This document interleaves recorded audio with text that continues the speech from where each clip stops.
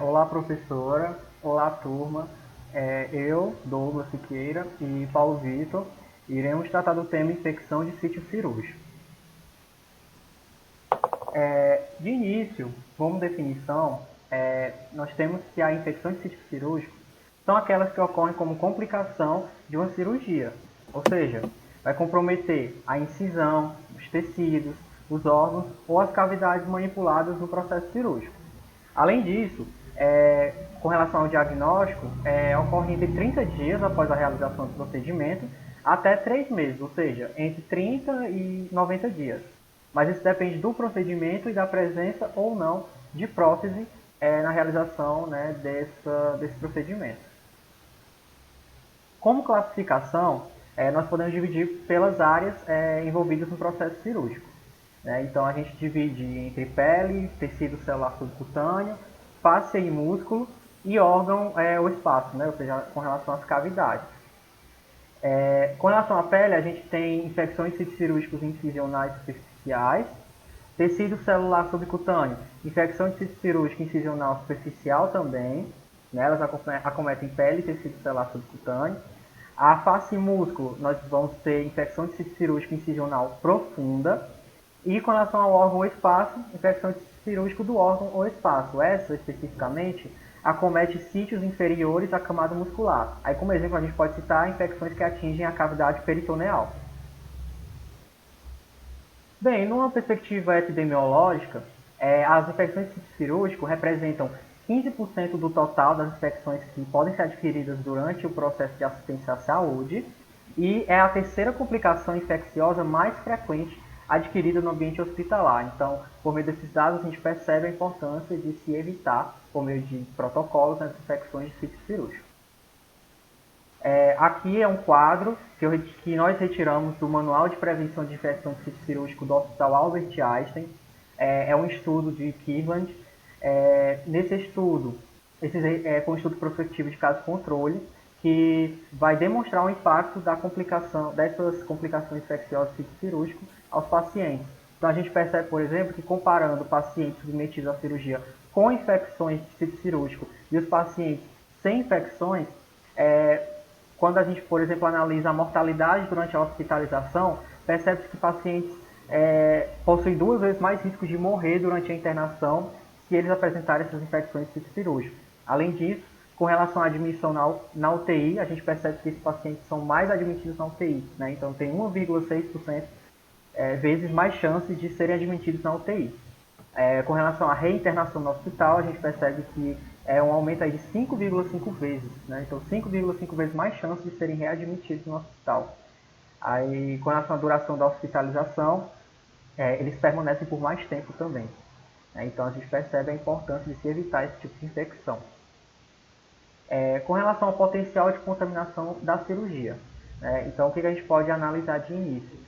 A microbiota do paciente presente na pele, nas mucosas e no trato gastrointestinal é uma importante fonte de patógenos.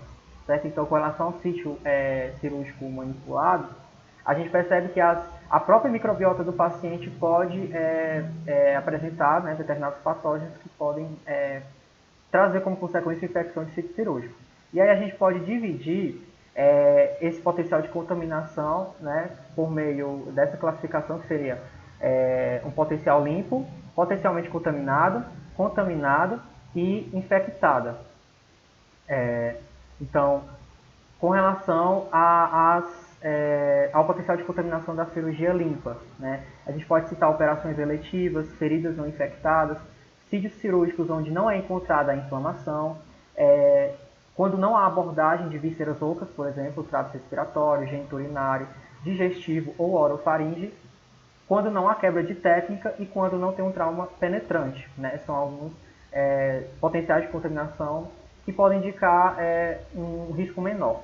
Com relação ao risco potencialmente contaminado, a abordagem dos tratos digestivo, respiratório, geniturinário e orofaringe em situações controladas e sem contaminação não usual, cirurgia biliar quando não há infecção de vias biliares, são alguns dos exemplos do aspecto potencialmente contaminado. Agora, no aspecto contaminado, feridas traumáticas recentes, abertas, né, aí com um tempo aí menor que 4 horas, quebras maiores de técnica, ou quando é encontrado durante a cirurgia, por exemplo, a presença de inflamação aguda não purulenta. E com relação ao aspecto infectado, seriam feridas traumáticas antigas, com tecido desvitalizado, corpos estranhos ou contaminação fecal. Além disso, um trauma penetrante a mais de 4 horas. Né? Então, são alguns exemplos dentro desse aspecto de potencial de contaminação da cirurgia, que podem desencadear esse tipo de infecção. Com relação aos exemplos, agora a gente pode correlacionar essa classificação com os exemplos dos procedimentos que sejam relacionados a esses potenciais e as estimativas de ocorrência dessas infecções. Então, quando a gente analisa o potencial limpo, a gente pode citar herniorragia inguinal, safenectomia, próteses articulares e cirurgias cardíacas. Aí tem um potencial, uma estimativa de ocorrência que é menor que 2%. Potencialmente contaminada, a gente pode, como procedimentos, destacar a gastrectomia, transplante de fígado e prostatectomia. Esses procedimentos representam um risco aí menor que 10%, certo? A ocorrência de infecções de sítio cirúrgico. Contaminada, colecistectomia em paciente com colecistite aguda, amigdalectomia e colectomia. Aí representam um risco de cerca de 20%. E as infectadas, enterectomia secundária à ruptura de víscera e apendicectomia supurada. Esse procedimento representa aí o maior risco, né, que seria entre 30% e 40%. Com relação agora aos agentes etiológicos e possíveis fontes de contaminação. Então, o que a gente pode destacar? As principais fontes de micro-organismos que podem contaminar, como eu já tinha comentado anteriormente, são endógenos, ou seja, são provenientes do próprio paciente. Então, esses patógenos que podem desencadear essas infecções pertencem, na maioria das vezes, à própria microbiota do paciente. Certo? Então, menos frequentemente, esses micro-organismos atingem o sítio operatório a partir de alguma infecção que ele esteja apresentando que não seja da microbiota. Aí, como exemplos, os micro-organismos mais frequentes que são isolados nessas infecções, a gente pode citar os cocos gram-positivos presentes na pele, certo? São os agentes mais comuns em cirurgias limpas. E a gente pode citar, como exemplo, o Staphylococcus coagulase negativo e Staphylococcus aureus. E as bactérias gram-negativas e anaeróbias também estão presentes em infecções de sítio cirúrgico, após procedimentos contaminados ou potencialmente contaminados. Além dessas fontes endógenas, a gente também pode citar as fontes exógenas. Né? Pode estar relacionado, por exemplo, a equipe cirúrgica, né? Como, por exemplo, as vestimentas sujas, quebras na técnica asséptica, a degermação cirúrgica ou higienização das mãos inadequadas e o excesso de pessoas na sala. São alguns exemplos de fatores de risco para essas infecções. Aí, como, por exemplo, equipamentos, instrumentais e outros materiais também podem desencadear esse tipo de infecção. Bem, como eu citei, a microbiota humana normal pode sim oferecer, né, determinados micro-organismos que podem desencadear essas infecções. Então é importante que a gente conheça as principais espécies que são comumente encontradas nessas regiões. Então, na pele e cavidade oral, podemos destacar Staphylococcus coagulase negativa, Streptococcus na pele, né? Na cavidade oral, podemos destacar Peptococcus, Eichella, Haemophilus. Nas vias aéreas superiores e vias aéreas inferiores, podemos destacar S. pneumonia, S. pyogenes, H. influenza. Nas vias inferiores, bactérias normais, né, e hoje em ambientes estéreis, né. Estômago, intestinos grosso e reto. A gente pode destacar bacterióides, fusobactério, bifidobactério, clostridium, intestino delgado proximal. Podemos destacar enterococcus, lactobacillus, no trato geniturinário, Cândida, né, Escherichia coli, Streptococcus e em qualquer outra área, né, de análise, como por exemplo as Corynebacterium. Então são alguns exemplos de determinados micro-organismos que podem desencadear as ISC. E com relação aos fatores de risco para as ISC, a gente destacou esse quadro retirado do Manual de Prevenção de Infecção do Sítio Cirúrgico do Hospital Albert Einstein, que ele vai nos trazer esses fatores de risco correlacionando o paciente, as características do paciente com o procedimento em questão e o micro-organismo, certo? Então, ele correlaciona os fatores, né, como, por exemplo, o paciente, idade, se o paciente é obeso ou não, se está desnutrido ou não, a estadia pré-operatória prolongada, a infecção à distância, presença ou não de neoplasia, controle glicêmico inapropriado, que são fatores de risco modificáveis. Esses que estão em vermelho são fatores de risco que são modificáveis. Pacientes imunossuprimidos e com comorbidades, por exemplo.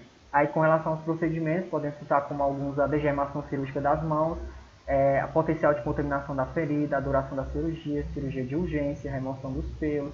São vários procedimentos que podem representar ou não um fator de risco, dependendo da forma como for feita. E os micro-organismos, ou seja, a virulência, a aderência, a colonização prévia, todos eles são fatores de risco que podem sim estar correlacionados ou não, né, e que podem desencadear esse tipo de infecção.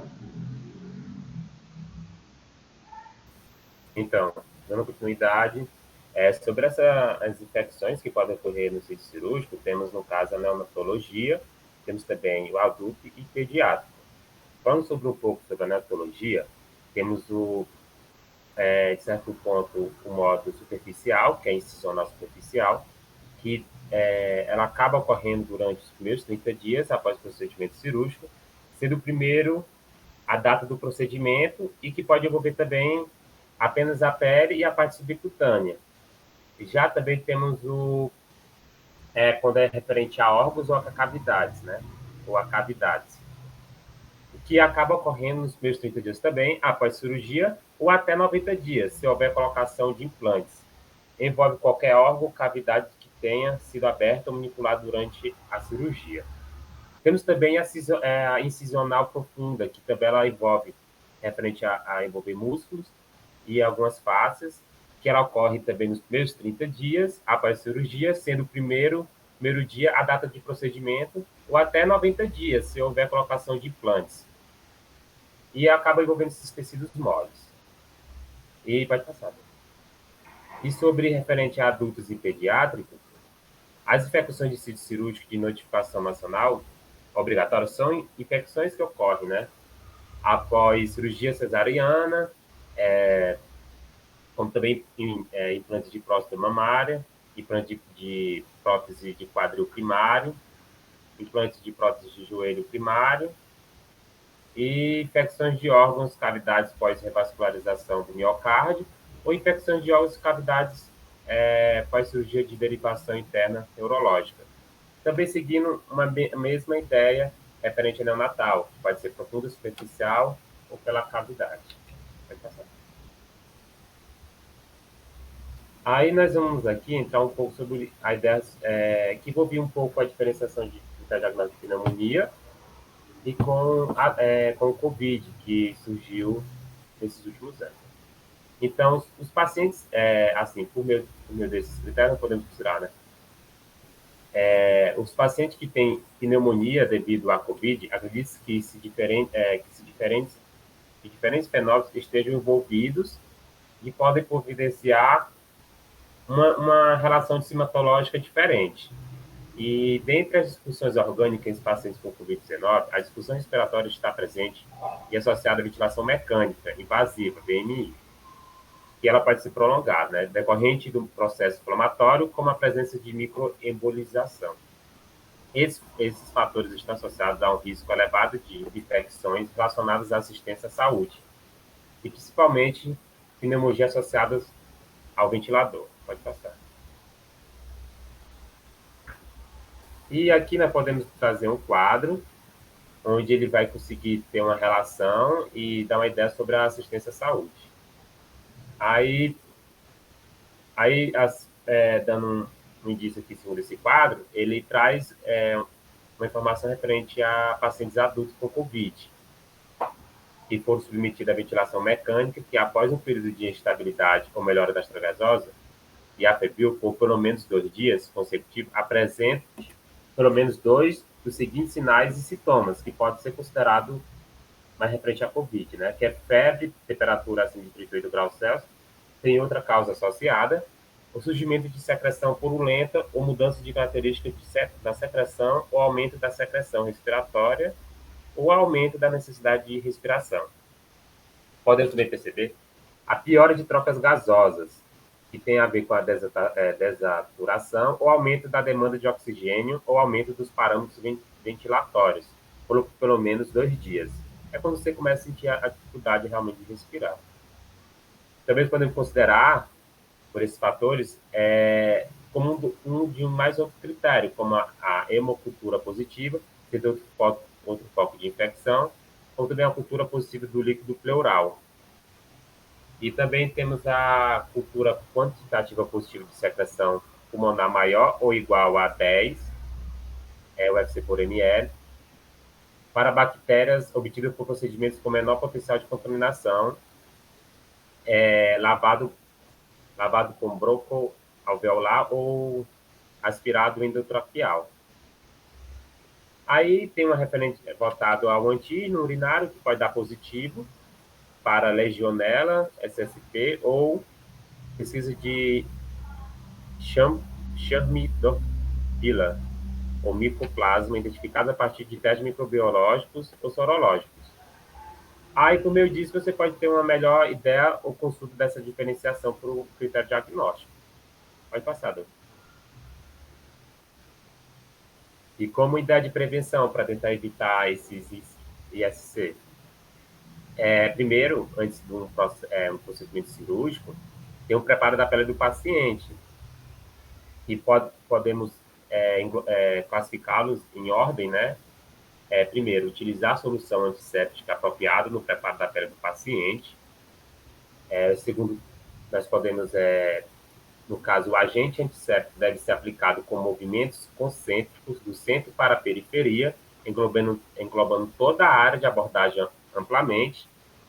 Também, a antisepsia da pele deve ser realizada com solução antisséptica em combinação com produtos alcoólicos, no caso, a clorexidina ou PPPI.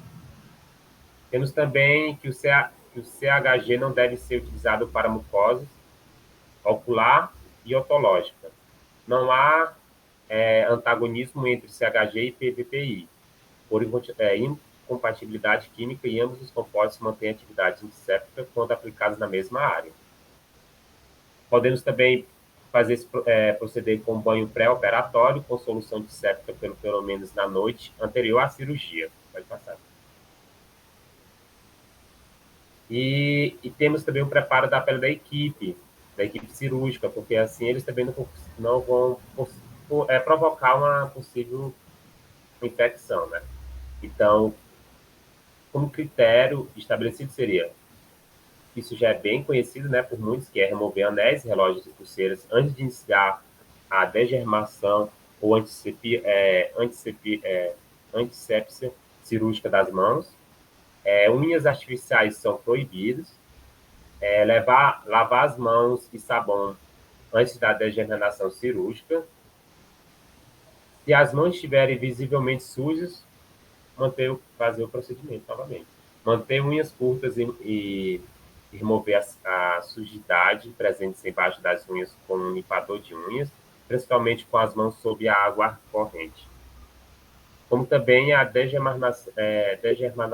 degermação cirúrgica das mãos deve incluir os antebraços até o cotovelo, com solução antisséptica, com duração de 5 minutos na primeira degermação e 2 minutos nas demais. Pode passar. E seguindo outros critérios estabelecidos, podemos manter as mãos elevadas e afastadas do corpo, de maneira que a água escorra das mãos para o cotovelo, secar as mãos com toalhas estéreis e colocar aventais e luvas estéreis. A antissépsia cirúrgica das mãos pode ser realizada com formulação alcoólica, especialmente destinada para esta finalidade, com efeito residual. O produto deve ser aplicado nas mãos secas. Não deve ser realizada a antissépsia cirúrgica das mãos com água e sabão antisséptico. E depois, sequencialmente, a antissepsia cirúrgica com produtos alcoólicos. Utilizar uma quantidade suficiente do produto alcoólico para realizar a preparação das mãos e antebraços. Após a aplicação do produto alcoólico, como recomendado, aguardar que as mãos e os antebraços estejam secos antes da colocação das luvas. E também temos outros procedimentos. e saber que nós não podemos fazer remoção de pelos nem com barbeador e nem com lâminas de bisturi.